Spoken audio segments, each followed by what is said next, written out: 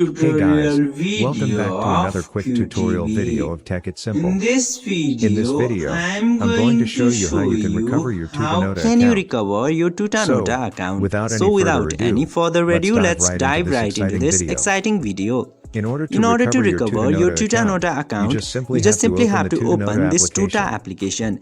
And now, after opening the application, you have to click into this Lost Account Access button. And now, after clicking there, you just simply have to enter your Tuta mail into this top box. And after that, you just simply have to enter the recovery code into the box down here.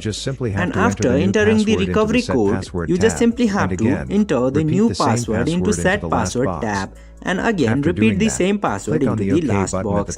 After doing that, click to this OK button into the top. And now you have to log in to your Tuta mail with the new account password that you just have set, and then click to add account. By following these very easy steps, you can easily recover your Tuta mail account into your phone. I hope this video was helpful for you. If yes, don't forget to like, share and subscribe to the channel to never miss another